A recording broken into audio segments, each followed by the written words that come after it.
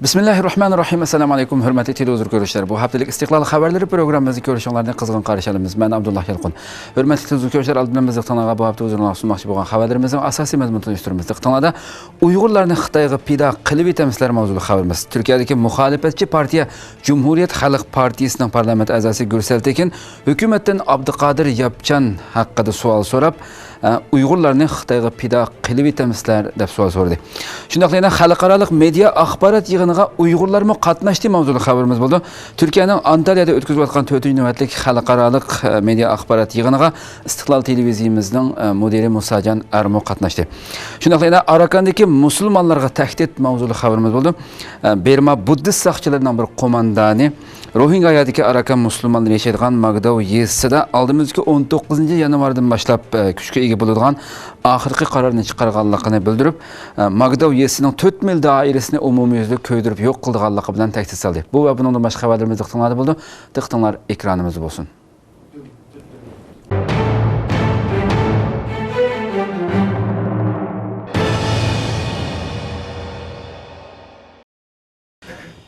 Türkiye parlament a'zosi Gürsel Tekin hukumatdan Uyg'urlarni Xitoyga pida qilib etamizlar deb savol so'radi.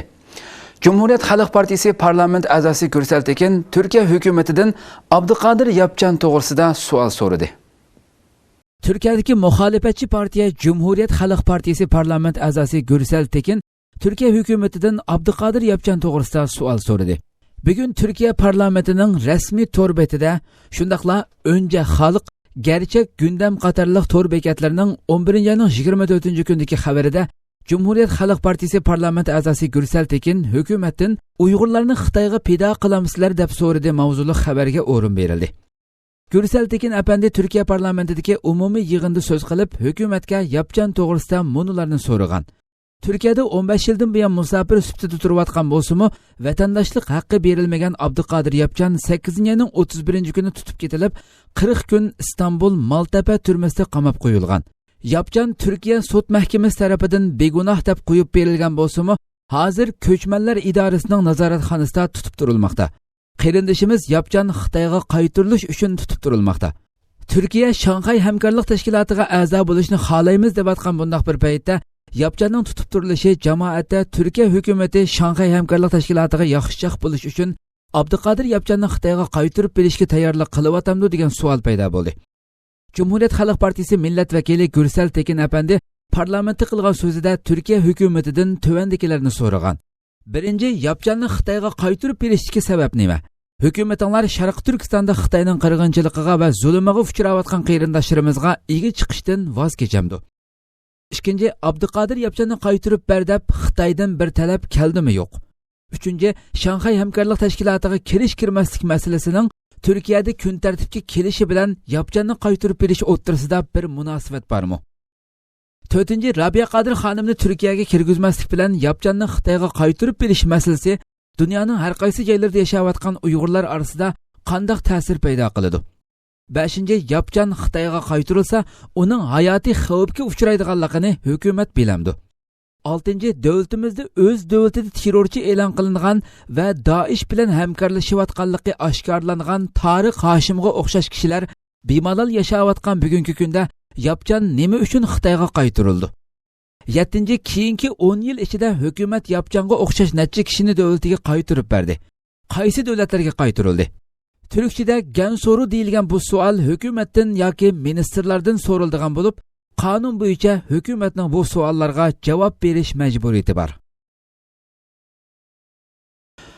Uyg'urlarning pasportining yig'ib olinishi xalqaroning jiddiy diqqatini tortdi.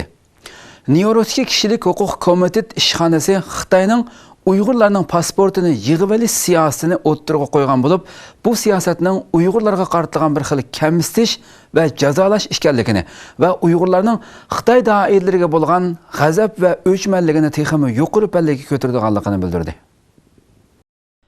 Amerika ovozining 11-yanvar 22 kuni bergan xabarda Nyu-Yorkdagi kishilik huquq komiteti ishxonasi 11-yanvar 22 kuni munolarni bildirgan.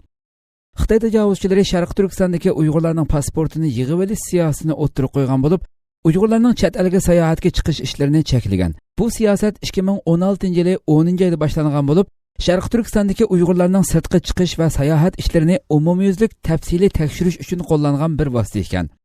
Xitoy doiralarining Sharq Turkistonda pasportlarni umumyuzlik yig'ib olishdan iborat siyosati Shizangda allaburun qo'llanib sinoqdan o'tgandan keyin andin Sharq Turkistonda qo'llangan tadbiri ekan. Bu tadbir Sharq Turkistondan boshqa Xitoy o'lkalarining hech bir yerida yurgizilmagan. Sharq Turkistonda 10 milliondan ortiq Uyg'ur musulmonlari to'plashib o'ltiraqlashgan bo'lib, Xitoy doiralari Sharq Turkistonda pasportlarni yig'ib olishiga bir qism Uyg'urlarning Islom davlati terrorlik tashkiloti sepiga qaytilganligini sabab qilib ko'rsatgan. Lekin kishilik huquq tekshirish komiteti bo'lsa, Uyg'urlarga qartilgan bu siyosatdan Xitoy doiralarining Uyg'urlarni kamsitish va irqiy ayrimchilik qilayotganligidek ahvolning umumyuzlik mavjud ekanligini ko'rib olg'ili bo'lganligini, shuning uchun bir qism Uyg'urlarning chet ellarga qochadiganligini bildirgan.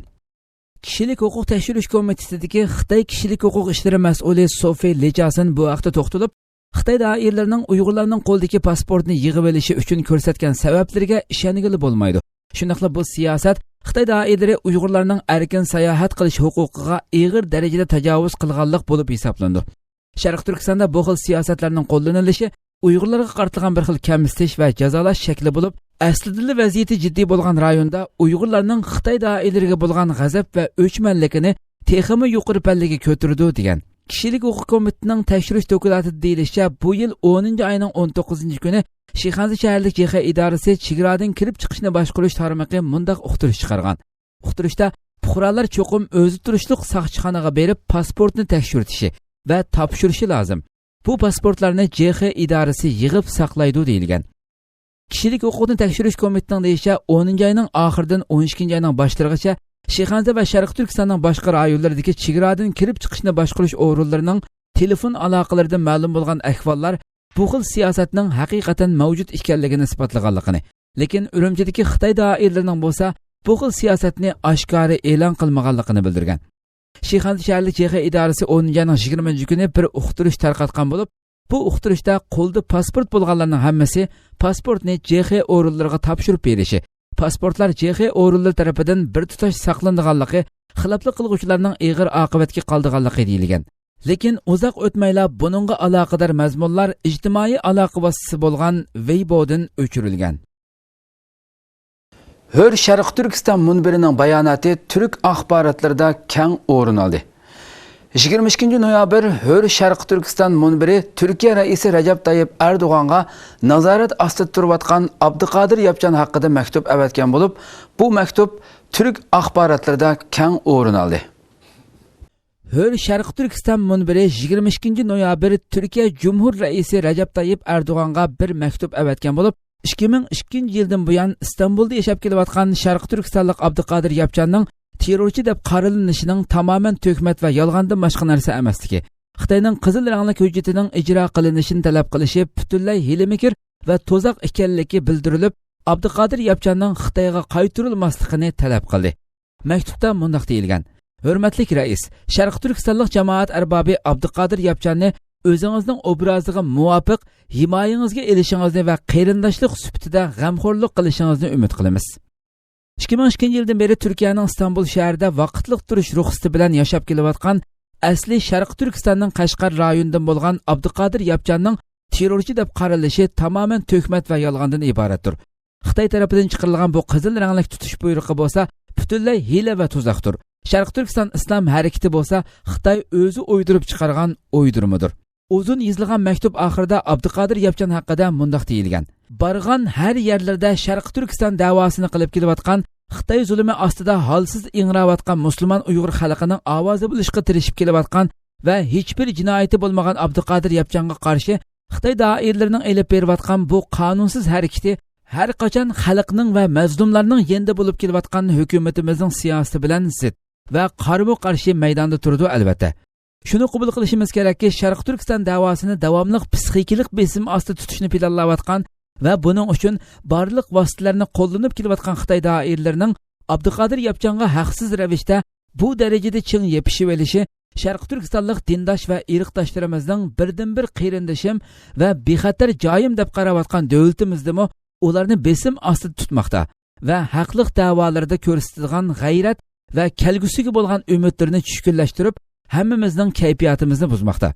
Bu e'tibor bilan mahkama tarafidan qo'yib berilgan bo'lishiga qaramay, ko'chmanlar idorasi tarafidan nazoratga elinib, Kırıklar eli davlatiga qaytarish markazida tutib turilayotgan va Bakirköy jazo mahkamasi va asosiy qonun mahkamasining Xitoyga qaytarishni rad qilish qarori bo'lgan Abduqodir Yapchanning na Xitoyga, na uchinchi bir davlatga qaytarilmasligiga, nazorat ostida qo'yib berish orqali Türk fuqaroligiga o'tgan oilasi bilan birlikda Turkiyada iltijo qilguvchi sifati bilan yashashiga qarata Sharq Turkiston xalqi nomidan Hur Sharq Turkiston munbiri.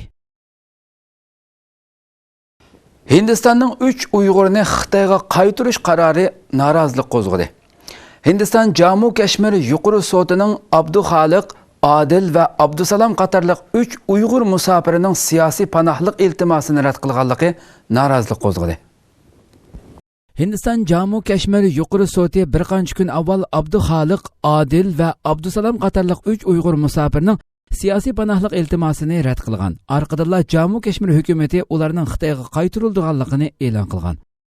Lekin Hindiston Buyuk Kashmir gazetining xabar qilishicha, Jammu Kashmir yuqori soti qarorini buningdan bir qancha kun avval e'lon qilgan bo'lsa-mu, ammo Hindiston ichki ishlar ministrligi ularni Xitoyga qaytarishni buningdan 6 oy burun qaror qilib bo'lgan.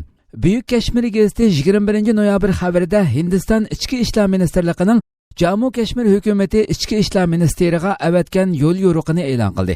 Hindiston ichki ishlar ministrligining 2016-yili mart va may oylarida yo'llagan yo'l yo'riqida bu masala ministerlik tarafidan muzokara qilindi. Navbatda Leh rayonlik turmada tutib turilayotgan Xitoyning Uyg'ur fuqarolari Adil, Xoliq va Abdusalomni kelgan davlatiga qaytarish qaror qilindi deyilgan. Dunyo Uyg'ur qurultiyi bo'lsa, har qanday Uyg'ur musofir Xitoyga qaytarilsa, aqibati xatarga qoldiganligini ogohlantirib, Hindiston doiralaridan Uyg'urlarni qaytarish qarorini qayta ko'zdan kechirib chiqishni talab qilamiz deb ko'rsatdi.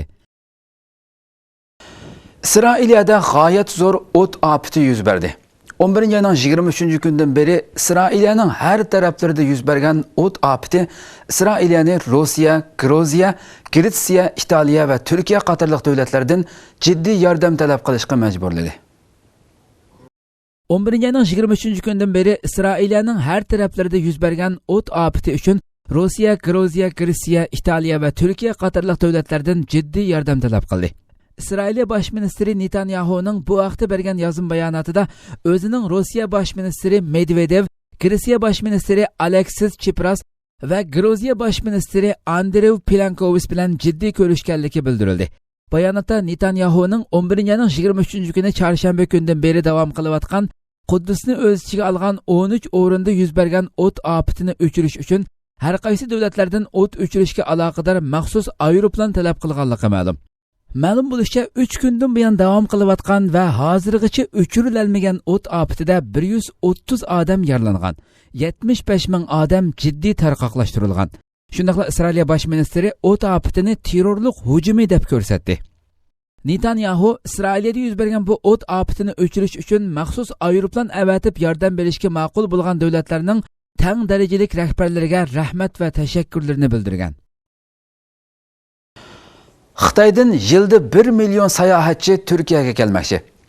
Turkiya va Xitoy orasidagi savdo va sayohat munosabatlarini rivojlantirish uchun Xitoyga kelgan 18 kishilik bir hay'at yilda eng oz bo'lganda 1 million sayohatchining Xitoydan Turkiyaga kelishi uchun kelishim hosil qildi.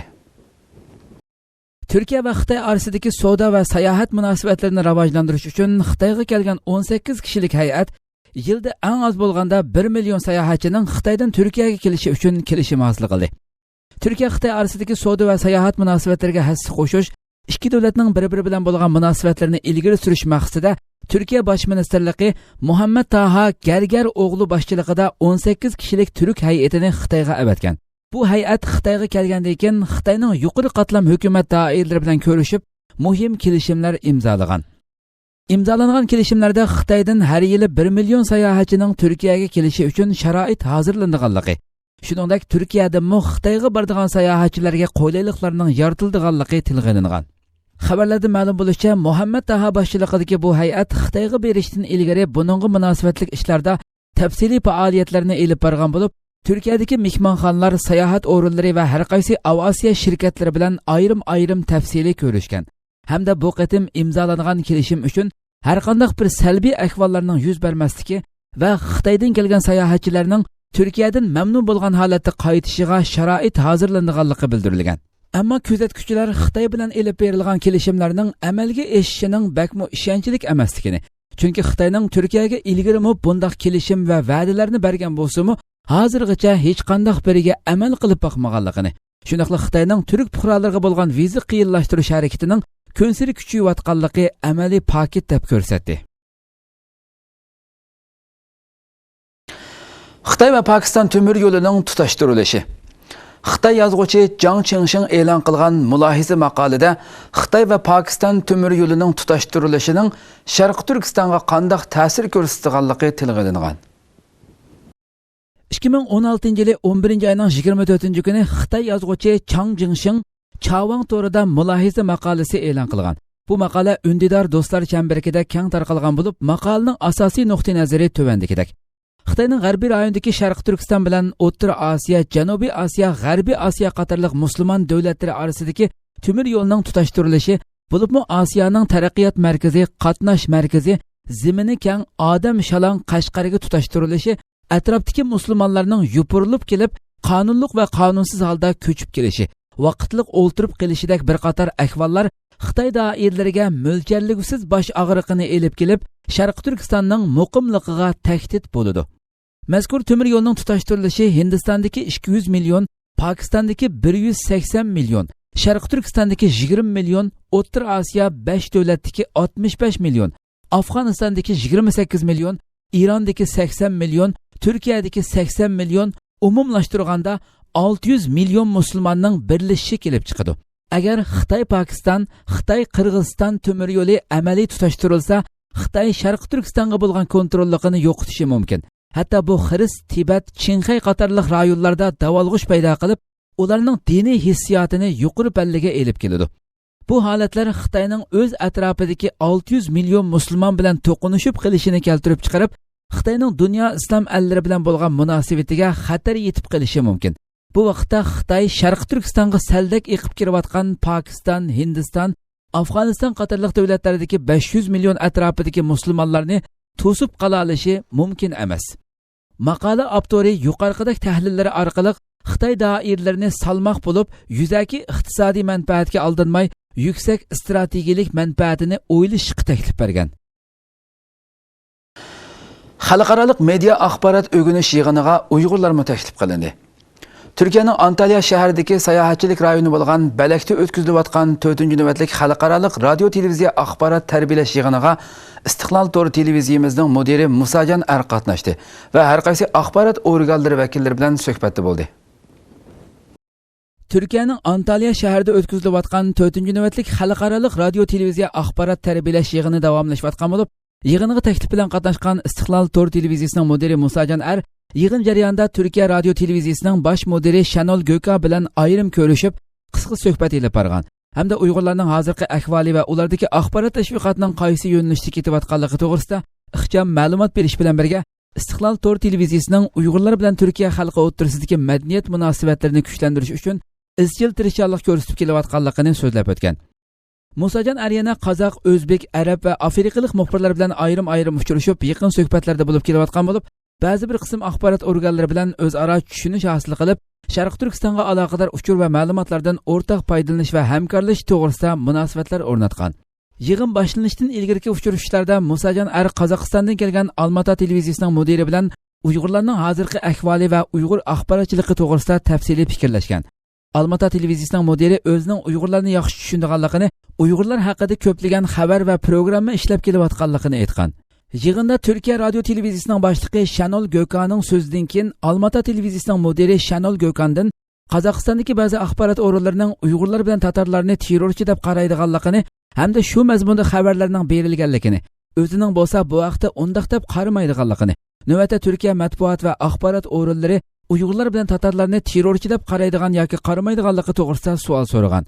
Shanol Göka bu vaqtda siz Turkiya matbuot va axborot sohasida mayli Uyg'urlar bo'lsin yoki tatarlar bo'lsin, bular to'g'risida terrorchi deydiganga munosabatlik biror programma yoki xabar ko'rdingizmi yoki angladingizmi deb savol bilan javob qaytargan. Almaty televiziyasi mudiri anglamadim yoki ko'rmadim deb javob bergandan keyin Shanul Göka demak bundan keyinmi ham ko'rmaysiz va anglamaysiz deb javob bergan. Yig'in ahli nihoyatda qizg'in kayfiyatlar ichida olqishlagan. Bu yig'inda Uyg'urlar va Tatarlarni har qaysi axborot sohalarida terrorchi deb atash yoki atamaslikka munosabatlik bu mazmun o'ttirg'a chiqqandan keyin bundaq atashning aslo to'g'ri emasligi, buningdek to'g'ri bo'lmagan fikrning axborot sohasida tilga elinishining mumkin bo'lmaydiganligi Türkiye Radyo Televiziya mudirining tili orqali aniq ifodalari bilan o'ttirg'a qo'yilgan. 4-qitimli xalqaro axborot tashviqoti ta'lim-tarbiya yig'ini Osiyo, Afrika, O'rta Sharq va Balqonni asos qilib 44 davlatdan 130 axborot tashviqot organlari vakillarining qatnashishi bilan 21 noyabr kuni Turkiyaning Antalya shahrida boshlandi. Bu yig'in mushu oyning 29-kunigacha o'tkaziladigan bo'lib, muxbirlar aro hamkorlik o'rnatish, axborot sohasidagi tajriba bilimlarini almashtirish maqsadida uyushtirilgan. Taylanddagi 2 Uyg'ur yana sotlandi. Tayland Bangkokdagi portlatishga chetishlik deb tutib turilayotgan 2 Uyg'ur qayta sotga elib chiqildi. Ammo tarjimon tutib turilayotgan 2 Uyg'ur tarafidan rad qilindi. Shundaqla sotning kelar yili davom qildiganligi e'lon qilindi. Har qaysi axborotlarning 17 noyabrdagi xabarda Tayland Bangkokdagi portlatishga chetishlik deb tutib turilayotgan 2 Uyg'ur qayta sotga elib chiqilgan. Bundan burungi necha qitimliq sot tarjimon yo'qligi sababidan kechiktirilgan bo'lib, bu qitim ochilmoqchi bo'lgan sotga Xitoyning Taylanddagi elchixonasi tarafdan tarjimon o'rinlashtirilgan. Ammo bu tarjimon tutib turilayotgan bu 2 Uyg'ur tarafidan rad qilingan. Rad qilinish sababi bo'lsa Xitoy elchixonasi tarafdan o'rinlashtirilgan bu tarjimonning salohiyatining bu 2 Uyg'ur gumondorlarga aniq bo'lmaganligi, shundaqla bu tarjimonning bularga ziyonkashlik qilish ehtimolligi borligi hamda gumondorlarning insoniy huquqiga hurmat qilmaydi deb qaralganligi uchun ekan. Bu 2 Uyg'ur gumondor yana oldingi qitimlardagidek bizda jinoyat yo'q, bizni qiynab iqror qildirgan deb sotning ayblashini rad qilgan. Lekin Tayland sot doiralari gumondorlarning o'zini oqlash fikrini rad qilib, sotni kelar yili davomlashtiradiganligini bildirgan. Mazkur voqea 2015-yili 17 avgust Bangkokda yuz bergan bo'lib, 20 odam o'lib, 120 odam yaralangan edi. O'lganlarning ichida 7 Xitoy fuqarosi bor edi. Berma Xitoy chegarasida yuz bergan voqea Xitoyni aloqazada qilib o'tdi. 11-ayning 21 kun saharda 100 dan ortiq qurolli kishilar Bermaning shimolidagi Xitoy bilan chegaralanadigan Moji bozori Bangsay chegara mudofaa saqchixonasiga hujum qilib, bu rayonni egallab olgan. Voqeadan keyin rayondagi 3000 dan ortiq fuqaro Xitoy tarafdan panohlik tilagan. 11-ayning 21 kuni saharda 100 dan ortiq qurolli kishilar Bermaning shimolidagi Xitoy bilan chegaralanadigan Moji bozori Bangsay chegara mudofaa saqchixonasiga hujum qilib, bu rayonni egallab olgan. Voqeadan keyin rayondagi 3000 dan ortiq fuqaro Xitoy tarafdan panohlik so'ragan. Xinhua agentligining bu vaqtda bergan xabariga qaraganda, bu hujumda bir Xitoy fuqarosini o'z ichiga olgan 8 kishi o'lib, 29 kishi yaralangan. Voqeadan qochgan 3000 dan ortiq fuqaro chegaradagi Vanding shahriga o'rinlashtirilgan. Xitoy o'z chegarasi atrofida yuz bergan bu voqeadan keyin Xitoy Mudofaa ministrligi Xitoy qurolli qismlariga jiddiy holatda tayyorlik buyrug'i bergan bo'lib, chegarani qo'g'dash va Xitoy fuqarolarining bexatarligini kafolatga ega qilish uchun zarur bo'lgan tayyorlik holatga kirganligini bildirgan. Xitoy diplomatiya ministri bayonotchisining bergan bayonotida bo'lsa, Xitoy doiralarining Bermada yuz bergan bu voqealarni yaqindan ko'zib kelayotganligini, qo'shin davlat rahbarlari bilan bo'lgan yaqin munosabatlarni saqlab qolganligini tilga ilib o'tgan.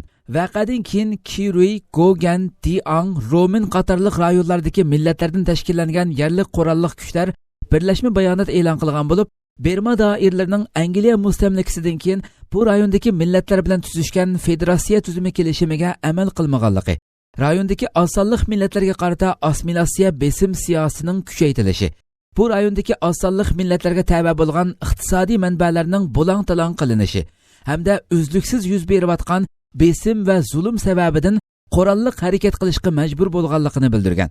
Bermaning Xitoy bilan chegaralanadigan bu rayonda Berma hukumat doiralariga qarshi pat-pat qurolli hujum qilish voqealari yuz berib turadigan bo'lib, 1970-yili 3-oyda bir qitim, 1986-yili 11-oyda bir qitim qurolli hujum qilish voqealari yuz bergan.